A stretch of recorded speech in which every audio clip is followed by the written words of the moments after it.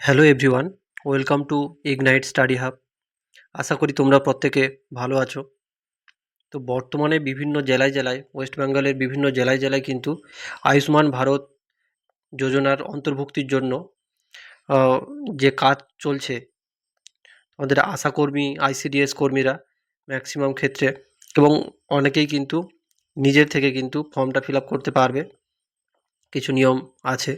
তো সবাই কিন্তু এই আয়ুষ্মান জন আরোগ্য যোজনা কিন্তু এলিজিবল নয়। কারণ প্রত্যেকের মানে সবার কাছে কিন্তু এই এসপিএইচএইচ আর পিএইচএইচ কেন্দ্রীয় সরকারের যে ডিজিটাল রেশন কার্ড সবাই এলিজিবল নন বা সবার কাছে নেই। তো তারা কি তাহলে স্বাস্থ্য বিমা থেকে বঞ্চিত হবে? তো মাননীয় মুখ্যমন্ত্রী শুভেন্দু অধিকারী মহাশয় তিনি ঘোষণা করেছেন যে রাজ্যে মুখ্যমন্ত্রী স্বাস্থ্য বিমা যোজনা চালু হবে এবং সেখানেও কিন্তু অনেকগুলো বেনিফিট রয়েছে, ম্যাক্সিমাম বেনিফিট থাকবে এবং মিলবে 5 লক্ষ বিনামূল্যে স্বাস্থ্য পরিষেবা। তো কারা সুবিধা পাবেন, কারা সুবিধা পাবেন না, আজকের ভিডিওতে এবং কোন কোন হসপিটাল বা কি কি নথি লাগবে সমস্ত কিছুই কিন্তু আমি বলবো, যে কি কি সুবিধা মিলবে, কারা কারা এই সুবিধা পাবেন, ঠিক আছে, কিভাবে যোগ্য পরিবার বাছা হবে। তো এই ব্যাপারগুলো কিন্তু আমি বলবো।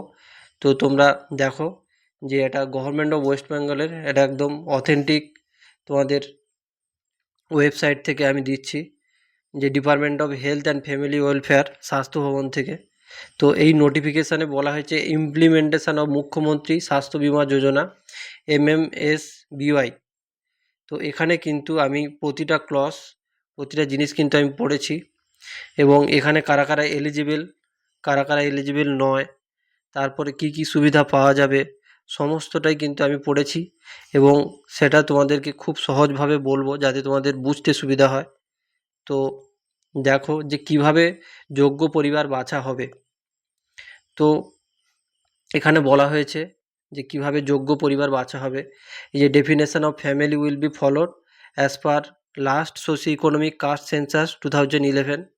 ঠিক আছে, তো মানে বিজ্ঞপ্তি অনুযায়ী পরিবারের সংখ্যা বা সংজ্ঞা কারা এলিজেবল সেটা বাছার জন্য কিন্তু 2011 সালের যে সেন্সাস হয়েছিল, আর্থসামাজিক জাতিগত জনশুমারি বা সোশিও ইকোনমিক কাস্ট সেন্সাস, তো সেইখানে যে সেন্সাসের যে গাইডলাইন রয়েছে সেখান থেকে যে আয়ুষ্মান ভারতের যে জন আরোগ্য যোজনার তার যা নির্দেশিকা রয়েছে সেই সব কিন্তু অনুসরণ করে এখানে পরিবারগুলোকে বাছা হবে।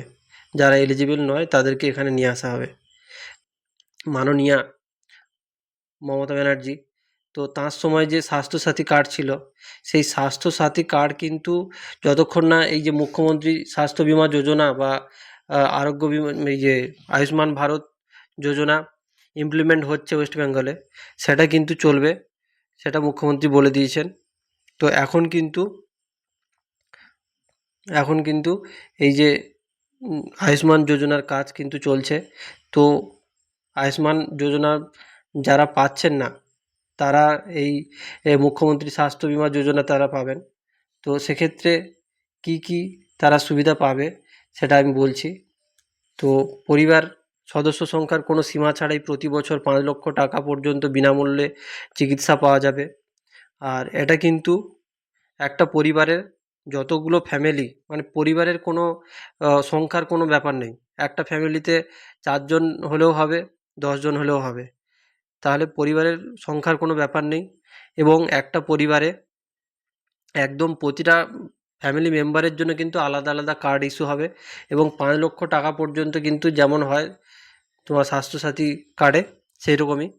এবং এটা পরিবারের, এবং এই যে এই কার্ডটা নেওয়ার ক্ষেত্রে যেটা ধরো কারোর একটা জটিল ব্যাধিতে আক্রান্ত ছিল, কিন্তু কার্ডটা ইস্যু হওয়ার আগেই কিন্তু তার সেই রোগটা ছিল, তো সেই রোগের চিকিৎসার জন্য সমস্ত খরচ কিন্তু সেই প্রথম দিন থেকেই কিন্তু লাগু হয়ে যাবে। তো এটা একটা ভালো আর এটা সম্পূর্ণ ক্যাশলেস সুবিধা পাওয়া যাবে। এবারে যেটা বললাম যে একদম বিনামূল্যে কোনো টাকা কিন্তু দিতে হবে না। শুধু আয়ুষ্মান ভারত যোজনার যেমন অন্তর্ভুক্তির যেসব নিয়মকানুনগুলো চলছে সেরকম ডিজিটালভাবেই সমস্ত কিছু করতে হবে তোমাদের কার্ড বানাতে গেলে। এরপরে যেটা গুরুত্বপূর্ণ যে কারা কারা এই সুবিধাটা পাবেন, যারা আয়ুষ্মান ভারত যোজনায় অন্তর্ভুক্ত হচ্ছেন, যাদের এসপিএইচএইচ রেশন কার্ড বা পিএইচএইচ রেশন কার্ড, অর্থাৎ কেন্দ্রীয় সরকারের যে ration card, digital ration card, সেটা যাদের আছে তারা তো অটোমেটিক্যালি ওই আয়ুষ্মান ভারত যোজনার মধ্যে অন্তর্ভুক্ত হয়ে যাচ্ছেন। তো তাদের তো নিয়ে কোনো চিন্তা নেই। তো যারা ওই আয়ুষ্মান ভারত জন আরোগ্য যোজনার মধ্যে অন্তর্ভুক্ত হতে পারছেন না, তো তারা এই বেসিক্যালি এখানে আসবে। তবে যারা এসআইআরে যাদের নাম বাদ গেছে ওরা তো বাদ যাবেই। তো তাও তাদের ক্ষেত্রেও কিছু ক্রাইটেরিয়া রয়েছে। তো এবং দেখে নাও যে সকল পরিবারের বার্ষিক আয় 8 লক্ষ টাকার বেশি, তারপর West Bengal health scheme 2008 WHS, ঠিক আছে, এর সুবিধা পাওয়া সরকারি কর্মচারী, পেনশনভোগী, ঠিক আছে। তারপর কেন্দ্রীয় সরকারের স্বাস্থ্য স্কিম 1954 সালের যে গাইডলাইন, সেই সেই গাইডলাইন অনুযায়ী যাদের আছে তারাও ইএসআই অ্যাক্ট অনুযায়ী মানে যারা সুবিধা পায় তারা সেই সব কর্মী বেসিক্যালি সরকারি, তারপরে পুরসভা, স্বশাসিত সংস্থা, ট্রাস্ট বোর্ড, ঠিক আছে, বিভিন্ন সরকারি কর্মচারীরা কিন্তু এসআইআরে বললাম যে ডুপ্লিকেট, মৃত, স্থানান্তরিত এরা তো পাবে না।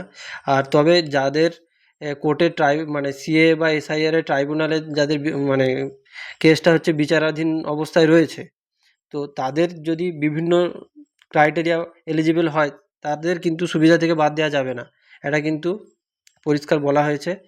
তো আর অলরেডি যাদের বাদ চলে গেছে তারা তো পাবেই না, কারণ এখানে বলা আছে যে পশ্চিমবঙ্গের কিন্তু পার্মানেন্ট রেসিডেন্টস, এখানে কিন্তু সেই কথাটা বলা আছে, অর্থাৎ পশ্চিমবঙ্গের যারা পার্মানেন্ট অধিবাসী তাদের জন্যই কিন্তু এই যোজনা।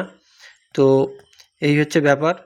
তো তোমরা আমাদের চ্যানেলে কানেক্ট থাকো, বিভিন্ন রকম updated notification, job related notification, এছাড়া অন্যান্য স্ট্র্যাটেজি এবং সিলেবাস ভিত্তিক পড়াশুনো আমাদের চ্যানেলে তোমরা পেয়ে যাবে, এবং নিয়মিত গাইডেন্স এবং অন্যান্য পরীক্ষার যেসব নোটিফিকেশান সেগুলো কিন্তু আমি নিয়ে আসবো।